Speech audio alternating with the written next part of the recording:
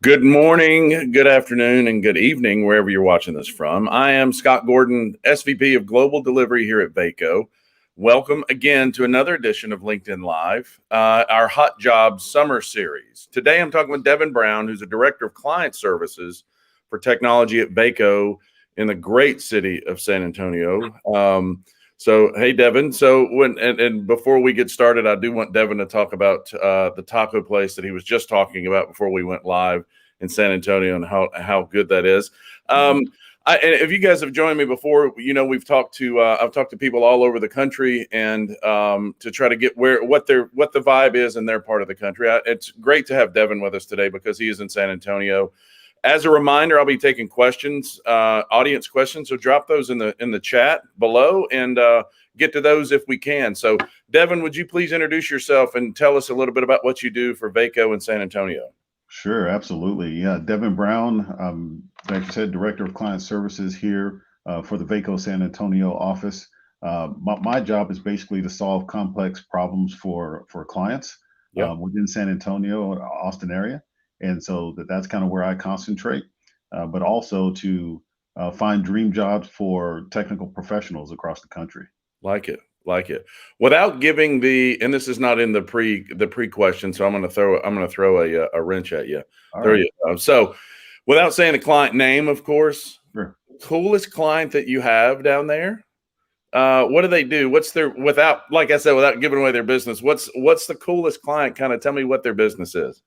Coolest client, the word coolest. I think kind of like most fun client or like, Yeah. oh my gosh, if I weren't working at Vaco and something would happen, I would love to go work there. No, my first answer was going to be Vaco. Gotcha. I'm sure.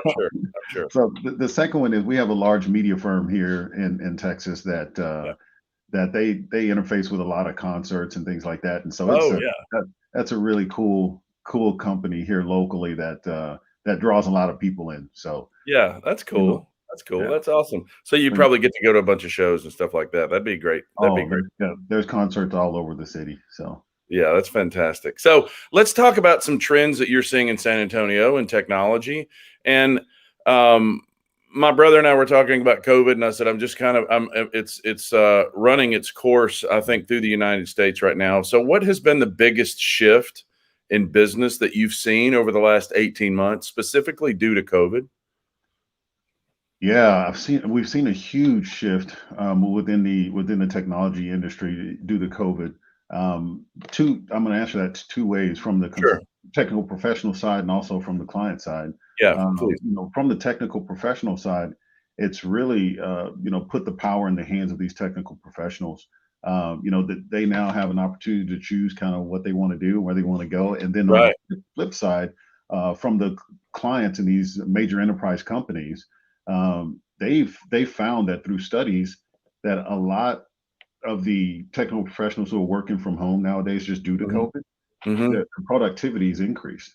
Really? So a lot of companies are seeing a lot more productivity, a lot more hours being worked, and technical professionals are saying it keeps them more focused. You can imagine being in an office setting, and how many interruptions you get during the day that breaks you from your when your head's down and you're in the weeds of it, then you get that concentration broken. So on both sides, I think it's been beneficial. It's unfortunate that it had to be COVID, right? But we're seeing some great trends with productivity and companies being able to do more with less. Gotcha. So, and that's interesting because I think we all felt like we worked super hard, and we've been working harder. Do you feel like you've done the same thing, being in your role, and how long did it take you to get sort of acclimated to working from home? And I'm really interested in kind of your schedule because I think that everybody else shares that same vibe. Are you working longer hours, and how's it working for you personally? You know what I am. Typically, I'm an early riser. Typically, kind of like you. I think you get up pretty early as well. And sometimes. And so once I'm up, my mind is already thinking about what I'm going to do for that day. Right. And so I start planning and prepping for that day, and put myself in position to be productive and successful that day. Yeah. And who do I want to talk to from a technical professional that day? Right. So I'm already pre-planning my day ahead of time before that 8 o'clock hour starts, and then in the morning. And then you see yourself responding to emails 6 o'clock, 7 o'clock at night, Sure, and sure. you're still kind of trending. I mean, once you get trucking, you realize, oh my goodness, it's 6 o'clock. Like I need to take a break and go and get something to eat. Yeah, So yeah, the productivity has increased. You're just so focused, and I'm in my office in my house, yeah, and so it allows me, like I said, the freedom to just be more productive, more heads down, yeah, and more yeah. focused. Good. That's interesting. So, what kinds of if you're a client looking, or from what you've seen, the technical, the kind of the software knowledge and certifications, and sort of Yeah. what's top of mind with most of your clients there in San Antonio / Austin? Yeah, that's a great question too. We're kind of, San Antonio and Austin are kind of the mini Silicon Valley and the Yeah. mini and the cybersecurity headquarters of the United States here in San Antonio. Okay. So just do with all the military that we have Sure. here. Sure. So cybersecurity is a big thing here. So from a certification standpoint, I would definitely say anything within security, we're seeing a lot of activity in that space. A lot of people are moving, a lot of companies are moving here just to tap into that cybersecurity talent. Yep. So, here at Vaco, we have a unique position to be able to help those technical professionals kind of, get involved with some of these major corporations who are moving that with those practices here. Sure. And then on the other side, I would say, anything related to being a Scrum Master, PMP certifications are Okay. really huge. A lot of companies are moving towards the agile methodology, Okay. that safe RTE engineering, release train Right. type of certifications. Those are huge certifications right now, and are trending in the upward direction. So even if you're not a cyber person, or you're not a project manager, it's good to have a Scrum Master even in your Sure. toolbox, because it's going to just place you in a higher position, and good visibility for clients across in South Texas. Perfect. Are you seeing a mix, or what is the blend of, say, pure consulting type roles that you're seeing? Consulting, like contract to hire, contract to full Mhm. time, and then the amount of permanent work. Have you seen? I'm interested in the trends that you've seen in San Antonio, Austin area. Have you seen one go up and one go down, or talk to me about that? Yeah, I think due to COVID, a lot of companies did some tremendous amount of layoffs. Yeah, And so that kind of impacted the market, the industry. But a lot of those companies realized they let go too many people, yeah, and so those people now went off to gotten other jobs, and we've seen an increase in contract opportunities. I was a technical professional and a contractor for myself. I was a okay, lifetime contractor, so gotcha. I know that business, and I don't think there's a big difference between contracting and full time, because either one, you can Sure, get hired and get fired in either one of them. So totally. but yeah, I would say a trending in the contracting opportunities are happening, because companies are realizing that they need to put bodies in the seats and put technical professionals to work to help them reach some of their initiatives that they planned a year ago or 2 years ago, Right, that are still coming due and monies have been allocated for. right. So that's some good trending in that space. What about let's talk money. It's why we're all here. Have you seen what's been the change in rates? I guess requested by, because you're mostly on the client side, correct? So the change in requests from either a consultant or full time candidates, as well as clients. What are you seeing on that perspective? Again, I attribute a lot of this to COVID. Great question. I attribute a lot of it to COVID. We are seeing an increase in salaries and an increase in rates, Okay, for same positions, 2 years ago. right, An increase. I'm not sure about exact percentage, but we are seeing an increase in that. Again, the demand for talent is in the high side, so that talent is now demanding a higher price for their services, sure, and the market is bearing it. So, if you're a consultant out there looking to make a career change, or that now's the time. If you're transitioning to a new role, even full time, got so it. the monies are there. Good, good. Um, and I'm trying to think of, I'm trying to word this next question. If you had, let me ask you this: how many open positions, just you? Now, there are multiple people I think that do what you do. How many open positions do you have right now? And what's the, and without naming, the clients or anything like that, of course, but do you say if you've got 40 positions, are 25 of those contract and the other perm, or talk to me about that mix of business that you have on your plate right now? Yeah, it's a good mix right now. We have, I'm going to say about 70-30. We're about 70-30, 70 on the contracting side, 30 on the full-time side, Okay.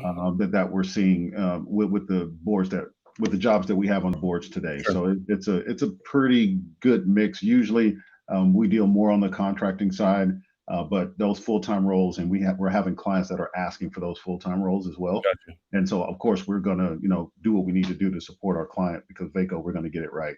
Sure. So yeah, so we're definitely seeing What's about the average length of the contracts that you're working on?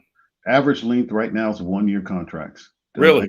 Again, yeah. So that's what we're seeing here in South Texas and San Antonio. That's I mean, that's for contract, I mean, at a year, most of the time, I think pre-COVID, we were seeing like 3 months, 6 months, that sort of thing. So the Exactly. fact that the year now is pretty impressive. Now, what are do you have, and I talk about one called, there's contract to hire and there's right to hire. The right to hire is always the client may decide to hire you, they may not. Right. And a true contract to hire to me is where the clients have said they fully expect on bringing that person on permanent. For the contract to hire roles that you have now or that you've had in the last 18 months, what can you talk to me about those and I'm trying to think like a consultant or as somebody that I would want to that I might want to consider contract. Sure. What are the chances of me getting hired permanently by those companies? And if a client decides to hire me permanently, how do you help with that? Yeah, great question. We've seen a lot of clients, and sometimes we coach our clients, in the area of, hey, try before you buy. And Yeah. and this is the same speech that I would give to a technical professional, Right. Right. entering into the market. It looks good on paper, Yeah. and get in there, try it before you buy it, and find out, hey, is this a place where I want to, spend my career and make my career change for the long term? And if it doesn't, at the end of that contract, we're talking, 6 months to a year. If it's a small one like that or a year contract, after a year, you can move on to something else. And then from the client side, the same thing, try before you buy. Right. You never know if you may come across a technical professional that may be a crazy, right? So, Right. Right. so getting into that, and really, I love the contract to hire side of the house because of that aspect of it. Like I said, being a technical professional myself, you just never know what you're going to get into nowadays, and so you keep the power into your hands until you're ready to make that decision. Right. Good. Good. So let's have a dream scenario here. You've got three perfect candidates, Okay. or perfect for your clients. Okay. Let's say you're in the sales role and I'm your recruiter and I come to you and I say, Devin, I've got if I had three people that could go to work within a week right now, either contract or permanent, what skill sets are top three on your at the front of your mind? I'm going to say project management. Oh, this is tough. Any front end development right now. Development's big. Yep. And I'm going to give you four just because it's hard for That's you to great. give. Yeah, good. Data analytics and data sciences, that's big right now. That's Yeah. real big right now in South Texas here. And then also legacy application migrations. Really? So we have a lot of companies that have a lot of technical debt that's costing them millions and millions of dollars. Sure. And again, we get phone calls and they look for Vaco to help with that, because again, we're going to get it right. Right. To transition a lot of those legacy applications, over to migrate those over to modernization. Okay. That's Those good are to my know. those are my top four. Yeah, that's good. That's good to know. So that is really good to know. So if I'm a client and I've got so much going on, and let me back up for a minute. Okay. How many applicants do you say that your recruiters receive per job opening? Just rough estimate. Yeah, rough estimate, anywhere from 3 to 4. Okay. So number one, how do I, if I'm a candidate, I'm going to ask you on both sides, and I'll start on the candidate side. How do I stand out to one of your recruiters? How do I get, what's going to get me bubble to the top? Yeah, great question. This is a good coaching moment for a lot of people out there. The job description that you get for the role, if you're able to review that job description, you need to make your resume look like that job description. Right. That's going to really set you apart from your competition, those who are going after the same job. Now, of course, everything needs to be truthful, right? Sure. We want to make sure that we're, have good character as we're doing this. Yep. But sometimes when you look at a job description, they may say it one way, you may be doing that job and you may have another definition for that, but you're doing that job. Right. So it's really important for you to really read the job description and then compare that job description to your current works that you've done and make sure those things look as close together as possible. That's Okay. really Yeah. And I think to that point, and sorry for interrupting, because I think to that point, I think that sometimes people will, they generate a resume where they feel like they're going to catch everything. They want to cast a very wide net with the one. yeah, And it's hard because recruiters, and from personal experience, I know that we're looking at so many resumes a day, sometimes, hundreds and hundreds and hundreds of resumes that those that are geared more, again, to your point, to that job description are going to stick out. The one thing that I will add to that is that what one company calls something, a candidate may call themselves something else, and I may call it something else. So I was talking to a group yesterday, and I said, what someone calls a software developer, someone else could call an engineer, someone else could call a web developer, whatever, that sort of thing. So the nomenclature gets yeah, you're right. So I think it's making sure that it's not necessarily what you call yourself. If you've got the skills and the client calls it something else, you may want to gear it and start referring to that, because that's how, I mean, the way that these search algorithms work and all that kind of stuff, I think that may help too. Yeah, and on the client side, to finish answering your question, I mean, me as a client, number one, I need this position, but I don't have time to review resumes. Right? Totally. So if I'm looking at your resume, I want to make sure that I'm reading what my job is from your resume right away. That's going to make it easy for me, and that's going to make me pick up the phone and call your recruiter and say, hey, I want to interview this person. Right. So if I'm a client, I'm one of your clients, how do I entice someone in this weird hiring time? What are some of the things that, I mean, if you think about, like during .com, it was, you got to have the ping pong table and bean bags and, the beer tap. And so not necessarily that. So how are clients enticing candidates to their opportunities right now? Because and I know, and I think everybody else knows that's listening, it's incredibly competitive right now. It's really competitive more so on the client side to entice that top talent in there. So what are you seeing in your market and how clients are attracting top talent? Yeah. When we're having, calls with clients just to kind of get them prepped for a role, I always ask the question, what's the sizzle? What is it about you, Mr. Client, that makes me want to come work for you? Right. I'm not talking about your benefits and your 401k. I mean, those things are nice, but what is it about your company that's going to differentiate them from somewhere else that they're looking? And so you think about things like, career opportunities, training, right? All those types of things, or culture is really big right now. And more importantly, work-life balance. That's a huge thing right now, just due to COVID. Work-life balance, just having the flexibility. Tell me explain work-life balance, because I think that we hear that a lot. Work-life balance, that kind of goes back, if you've seen some of the meme videos on YouTube where they say, work hard, play hard, and which everybody goes, and you say work hard, play hard, you go, come on, really? I don't know, work hard, play hard. So work-life balance, tell me what that means tell me what that means when your client says that. Yeah, when what's in it for me if you say work-life balance? Yeah, so from a consultant standpoint, I mean, when you have a healthy, healthy consultant or technical professional working for you, they're going to work for you, right? Because when they can feel like you support them, that you support their family, that you're bought in, they're going to work for you. So if I need to work from home for 3 days because my daughter has, a recital that I need to help her train for, sure. Right? And you're like, you know what? Family's number one, right? That's the family number one. Go do what you have to do for your family. Just, make sure your work is done. Yeah. And those are the types of things from a sizzle standpoint that really stand out. A good work-life balance. Hey, can I work from home if I need to? Yeah. Just get your stuff done. Yeah. Good. Thank you for explaining that. Well, we've got a couple of questions and I want to go through those. One of Sure. them, someone asked, is there a merging of responsibilities from what would be multiple roles, like sysadmin and a DBA, or when you talk about full stack, some companies will request full stack because they want to kind of get the most, and I hate to say most for the least, but sort of, and I should say well-rounded. But are you seeing a merging of those responsibilities?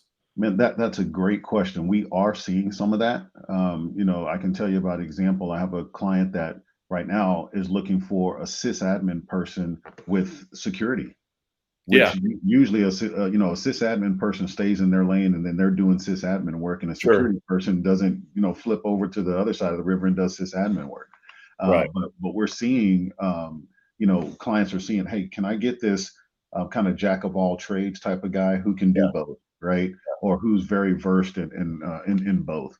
So yeah, that is something that we're seeing as a trend. So um, which is good to have a lot of things in your background and stay current on the things that you do. Right. Don't let my advice would be, don't let a skill that you had 3 years ago go away. If you can still get into that skill at Right. your current role, do that. Right. I clicked over to the comments and there's one more question on here, and it's a really interesting question. Arthur, thank you for putting this in the chat. He said, I've seen postings for superhero support analyst and happiness engineer. And sometimes Yeah, companies yeah. are just making up titles. How do Hmm. they expect to find candidates if they're not being realistic with some of these kind of silly titles? I've got some theories to that. So, Yeah. but I'd love to hear what you think, Devin. Sure. Yeah, Arthur, great question. I think this kind of goes back, Scott, to what we were talking about company sizzle, right? Right. Just having an open mind about being fun about who you are and being vulnerable, and being transparent. Sure. I think that's really good. And I think also, as author kind of took it, sometimes you can see it in a negative manner too. Say, are these guys just playing some games, Right. or Right. what's going on? And so it can go either way. But I think if companies are able to open up and be vulnerable like that, Right. they're really inviting people with an open mind as well. So Agreed. you know, do your research, author. But I would imagine Yeah. that company is probably has some good sizzle. So I think, and to that point, I think that um, as a job seeker, you look at so many different job descriptions, and it tends to be the same thing. So if you're Yeah, in technical support and you saw 48 different positions that all said technical support, and they all kind of read the same, but I read one that says superhero technical support, I would kind of go, huh, yeah, that's kind of interesting. And at least it gets my attention and it gets my eyeballs on that job description. But it also gives you an idea of what kind of company that is, where it's not that, and to say that it's fun is just it's kind of cliche, but it is kind of a funky way of putting some things out there. I've seen some companies that they have job coaches, and those job coaches were called chief happiness officer, those types of things. So it's pretty interesting for those to not necessarily break the mold, but just kind of smush it around a little bit and find something different. yeah. I mean, as we mentioned earlier as well, just as the technical professionals are gearing their resumes for the job description, these Yeah. companies are also needing to position themselves for the technical professional. How do we recruit top talent, right? Right. How do we find those guys? So they're finding unique ways to put themselves out and stand out and Yeah. differentiate it. Well, And especially in tech, I mean, I mean, specifically in tech, you hear some of the most funky, weird, funny, cool titles for positions nowadays, and it's. I mean, again, if that draws my eyes to that job description and I read it, then they've done their job in catching my attention, right? yeah, of course. Yeah, I agree with that. Yeah. Well, Devin, I really appreciate you being here today, and you've shed some light on a lot of things, not only nationally but in San Antonio and Texas, San Antonio and Austin. And I appreciate you being here. Can you tell everybody if they need to reach out to you, how would they get in touch with you? What's your email address? Yeah, my email address is my first name, which should be down there in a little deal. First Yeah. name dot last name at Yeah. vaco.com. And Awesome. if you are a technical professional looking to advance your career, Vaco does it right. And if you are a firm or a company here local to San Antonio and Austin and looking for a strategic partner that can help solve some complex problems, Devin.Brown@Vaco.com. Awesome. You guys Vaco. got that right. Devin.Brown@Vaco.com. That's it. So thanks everybody for joining. Just as a reminder, next Thursday, Jocelyn Osborne from Los Angeles, California will be talking. She'll be talking more of the accounting and finance route for job seekers with our guest, Adam Rudman. So I really appreciate everybody being here, and I will see you on my next one, which should be coming up pretty soon. Thank you. Bye-bye. See you, Devin. Thank you. Hey, no problem.